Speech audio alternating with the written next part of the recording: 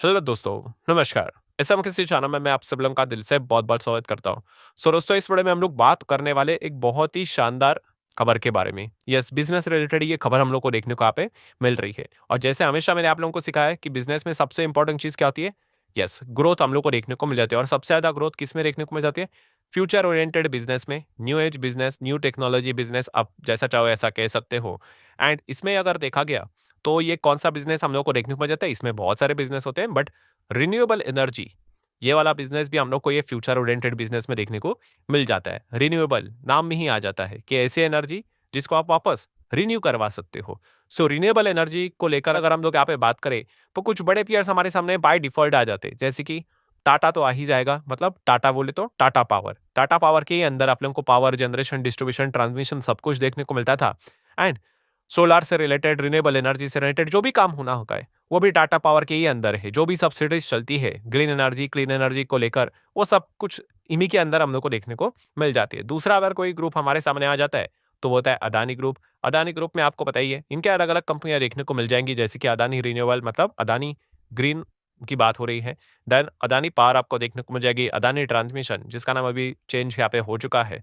सो ये भी कंपनी हम लोग को इस सेगमेंट में काम करते हुए देखने को मिल जाती है। एंड दोस्तों ये जो सेगमेंट है, जैसे मैंने आप लोगों को बताया, ये क्रीम सेगमेंट है। ठीक है, यहाँ पे बहुत अच्छा खासा पैसा बनने के चांसेस यहाँ पे होते हैं। ये अभी की बात नहीं भाई, हो गया 3-4 साल पहले भी इसको लेकर मैंने यहाँ पे वीडियो बनाकर आपको बताया था कि सबसे बेस्ट अगर कोई फ्यूचर ओरिएंटेड बिजनेस में अगर कोई सबसे ज्यादा अगर मल्टी ट्रैकर अगर कोई स्टॉक्स निकलेंगे तो भाई वो रिन्यूएबल एनर्जी से ही निकलेंगे। एंड अभी आप देख सकते हो कितना कमाल का रिटर्न ये कंपनी यहाँ पे दे चुके हैं।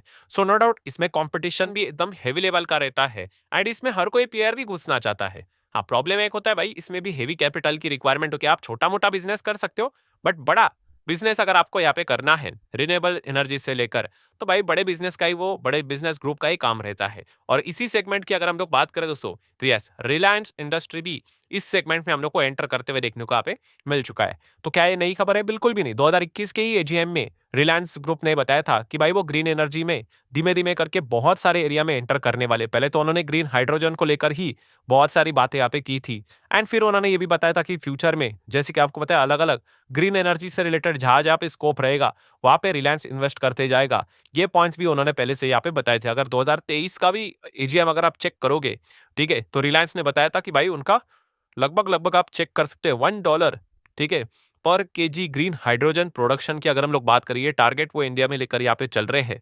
ठीक है, एंड इसी को लेकर यहाँ पे उन्होंने बहुत सारे अनाउंसमेंट करके यहाँ पे रखे थे। तो 2023 की बातें 2021 में ही उन्होंने सबसे पहले अनाउंसमेंट किया था, तभी तो उन्होंने 70,000 करोड़ की बातें की थी कि वो ग्रीन हाइड्रोजन इस सेगमेंट में निवेश यहाँ पे कर रहे हैं। बट सिर्फ ग्रीन हाइड्रोजन को लेकर ही वो आगे नहीं चल रहे हैं, वो और भी सेगमेंट में यहाँ पे एंटर करेंगे। एंड इसी से रिलेटेड अभी ब्रेकिंग न्यूज हम लोगों को देखने को यहाँ पे मिल रही है। सो खबर क्या है दोस्तों?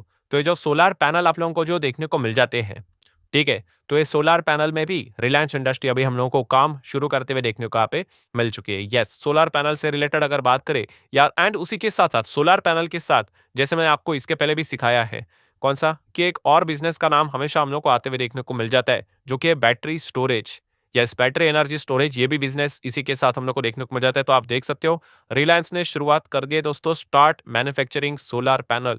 एंड उसी के साथ साथ battery storage next in line, मतलब इसके ऊपर भी वो अभी काम शुरू जल्द से जल्द यहाँ पे करने वाले। ये भी उनके नेक्स्ट अगले टारगेट की आप बात करें, रडार की बात कर ले, इसी के ऊपर वो काम हम करते हुए देखने को यहाँ पे मिल जाएंगे। तो ये चीजें हम लोग को हमेशा यूजुअली एक साथ होते हुए देखने को मिल जाती है। अभी ऐसा क्यों? अभी जो लोग इस चैनल से जुड़े हुए नहीं है, मतलब पहले से हाल ही में ही उन्होंने सब्सक्राइब किया है, तो उनको यहाँ पे बताना चाहूंगा, एकदम सिंपल कॉन्सेप्ट है यहाँ पे कि जो भी ये सोलर पैनल से रिलेटेड कंपनियां बिजनेस में एंटर करती है, वो बैटरी स्टोरेज से रिलेटेड यूजुअली मतलब इसमें एंटर करती ही करती है। ऐसा क्यों? देखिए, बहुत सिंपल सा गणित है, मेरे डायग्राम बनाकर भी आपको बताया था कि ये क्या है, ये सोलर पैनल है। ठीक है, सो ये सोलर पैनल पे क्या है, धूप गिरती है, ठीक है, तो ऑटोमेटिकली आप कह सकते हैं, एकदम बेसिक में बता रहा हूं आप लोगों को, तो ये क्या करेगी, एनर्जी जनरेट करेगी। ठीक है, एंड आप कह सकते हैं आपको घर को बिजली यहाँ पे मिल जाएगी, एनर्जी मिल जाएगी। बट आप मुझे एक बात बताओ कि क्या धूप यहाँ पे 24 घंटे चलती रहेगी? बिल्कुल भी नहीं भाई। धूप कितने बजे आती है? सुबह आप लोगों को देखने को मिलेगी एकदम पावरफुल धूप की अगर मैं बात करूं, तो आपको 8 बजे 9 बजे से जो शुरू यहाँ पे हो जाती है। ठीक है, एंड उसके बाद आप कह सकते हो लगभग 4 बजे 5 बजे चलता है, उसके बाद सूर्यास्त होते हुए देखने को यहाँ पे मिल जाता है। सो उसके बाद क्या? ठीक है? तो इसीलिए जैसे कि आप लोगों को पता है कि ये जो सोलर पैनल है, ये तो आपको चार्जिंग यहाँ पे देता रहेगा, तब तक तो चीज़ें चलती रहेगी। तो इसीलिए ये सारी चीज़ें ऐसी रहती है दोस्तों कि ये जो सोलर पैनल रहता है, उसी के साथ-साथ आपको एक बैटरी स्टोरेज भी यहाँ पे चाहिए होता है कि भाई हाँ, ठीक है, यहाँ पे ये चार्ज हो गया, तो यहाँ पे एक बैटरी को भी स्टोर करें, ताकि जब रात पे आप कह सकते हो या फिर शाम को जैसे ही धूप यहाँ पे नहीं गिरेगी, सूरज की किरणें सोलर पैनल के ऊपर नहीं गिरेगी, तो कैसे वो एनर्जी जनरेट यहाँ पे करेगा? नहीं होगा ना। तो रात को क्या करेंगे? अंधेरे में सोएंगे? नहीं। तो ये बैटरी स्टोरेज में जो चीज़ें आप लोगों को यहाँ पे जो एनर्जी स्टोर होते हुए देखने को मिल चुकी है, सो वहाँ से वो आप लोगों के घर में क्या करेगा इलेक्ट्रिसिटी यहाँ पे मतलब वो बिजली आपको प्रोवाइड करते रहेगा। ये बेसिकली कॉन्सेप्ट हम लोग को देखने को मिल जाता है। इसलिए मैंने आप लोगों को बताया था ये भी चीज़ें कि जो भी कंपनियाँ ये सोलर मैन्युफैक्चरिंग ऐसे बिज़नेस में पैनल्स में एंटर करती है, वो यूजुअली बैटरी स्टोरेज सेगमेंट में भी आप लोगों को काम करते हुए देखने को मिल जाती है। ठीक है? क्योंकि ऑब्वियसली ना साइड बाय साइड का ही बिज़नेस है।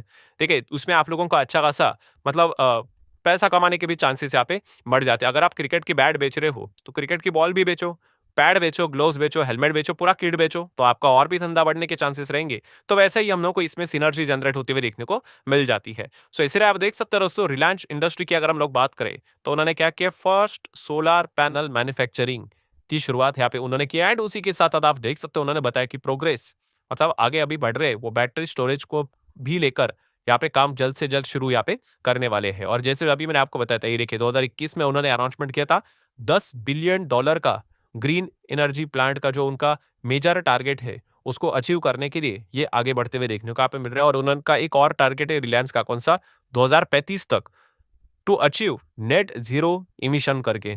ठीक है? ये इनका टारगेट फिलहाल तो हम लोग को देखने को यहाँ पे मिल रहा है। इस चीज़ में आप देख सकते हैं बहुत सारी चीज़ें आपको देखने को मिलेगी। बैटरी स्टोरेज, रिन्यूएबल्स पैनल्स की अगर हम लोग बात करें, ग्रीन हाइड्रोजन उससे रिलेटेड पार्ट्स भी आप लोगों को देखने को यहाँ पे मिल जाएँगे।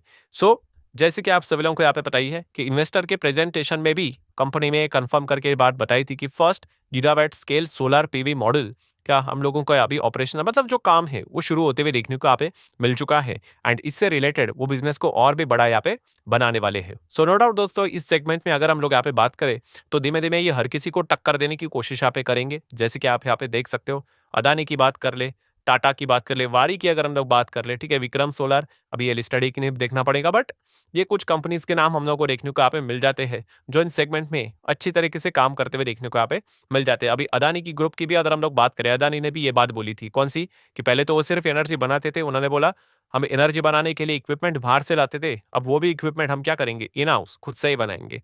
ठीक है, तो हम यहाँ पे कह सकते हैं दोस्तों हर एक बड़ा ग्रुप इसमें हम लोग को काम करते हुए देखने को मिला है। टाटा तो पहले से ही इस काम में जुटा हुआ है, खुद का इक्विपमेंट, खुद की एनर्जी सब कुछ इन हाउस ही हम लोग को सारी चीजें इनकी हुए देखने को यहाँ पे मिल रही है एंड ऊपर से आपको पता ही है भारत सरकार भी इस चीजों को क्या कर रही है प्रमोट कर रही है, सपोर्ट कर रही है।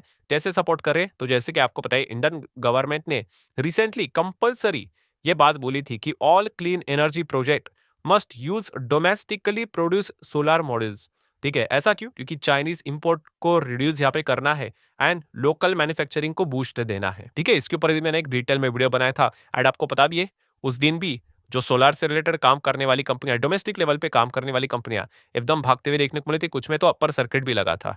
सो बेसिकली हम कह सकते हैं कि सरकार ने भी ये कुछ पॉइंट्स यहाँ पे क्रिएट करके रखे हुए हैं एंड इस कदम के मतलब इस नक्शे कदम के ऊपर मतलब बोलता है ना चलने की कोशिश ये कंपनियां भी हम लोग को करते हुए देखने को यहाँ पे मिल रही है। और जैसे कि आप सब लोगों को पता ही है रिलायंस ने इस चीज का अनाउंसमेंट पहले से ही किया था, जैसे उन्होंने बताया था कि उन्होंने जो गीगा फैक्ट्रीज जो रहती है, ठीक है, मल्टीपल गीगा फैक्ट्रीज 5,000 एकड़ की जो जगह देखने को मिल जाती है जामनगर गुजरात में ही वो सेटअप करते हुए देखने को मिल रहे हैं और आप देख सकते हो उसमें आपको सारी चीजें solar panel, battery cell, hydrogen electricity की बात करें, फ्यूल सेल की अगर हम लोग बात कर ले, ये सारी चीजें इसमें वो काम करते हुए देखने को यहाँ पे मिलने वाले हैं। सो इन शॉर्ट अगर हम लोग बात करें दोस्तों तो रिन्यूएबल एनर्जी सेगमेंट में अब रिलायंस इंडस्ट्री भी एग्रेसिवली हम लोग को काम करते हुए देखने को मिला है, पहले से भी कर रहे थे और ज्यादा एग्रेसिवली काम करते हुए देखने को मिल रहे हैं। तो इस पॉइंट को भी आप लोग स्टडी कर सकते हो। अभी आई नो बहुत सारे लोगों के दिमाग में एक डाउट जरूर क्रिएट हुआ होगा कि रिन्यूएबल सेगमेंट की बात करें, रिन्यूएबल एनर्जी की बात करें, सोलार की बात करें, तो ये स्टेरलिंग एंड विल्सन ये जो कंपनी हम लोग को देखने को मिल जाती है, ये भी तो अल्टीमेटली किसकी कंपनी है? रिलायंस की। अगर आप इसका शेयर होल्डिंग पैटर्न चेक करोगे तो इसमें आपको रिलायंस का ही नाम देखने को यहाँ पे मिल जाएगा। ठीक है, सो ये सोलार पैनल से रिलेटेड जो चीजें रहेगी, तो दोस्तों मैं आप लोगों को बताना चाहूंगा ये जो स्टेरलिंग एंड विल्सन ये जो कंपनी है वो सोलार पैनल कोई बनाती नहीं है। ठीक है, वो सोलार प्रोजेक्ट बनवाती है। ठीक है, वो ईपीसी में काम करती है, इंजीनियरिंग प्रोक्योरमेंट एंड कंस्ट्रक्शन। ठीक है, जो सोलार प्रोजेक्ट्स होते हैं उसको यहाँ पे वो बनवाने का काम यहाँ पे करती है, पैनल से रिलेटेड नहीं। ठीक है, तो ये पॉइंट भाई आपको पता होना चाहिए। देखो नीचे लिखा हुआ है रिलायंस इंडस्ट्री, बैट, ये कंपनी हम लोग को देखने को मिल जाता है कि रिसेंटली उन्होंने शायद शेयर्स को यहाँ पे खरीदा था। सो आई होप, आशा करता हूँ दोस्तों जो इंपॉर्टेंट खबर थी वो मैंने आप लोगों के सामने यहाँ पे रखी हुई है। आप भी चाहो तो इस खबर के चलते इन चीजों को स्टडी यहाँ पे कर सकते हो। वीडियो पसंद आएगा तो लाइक एंड शेयर भी कर देना। मिलते हैं नेक्स्ट वीडियो में।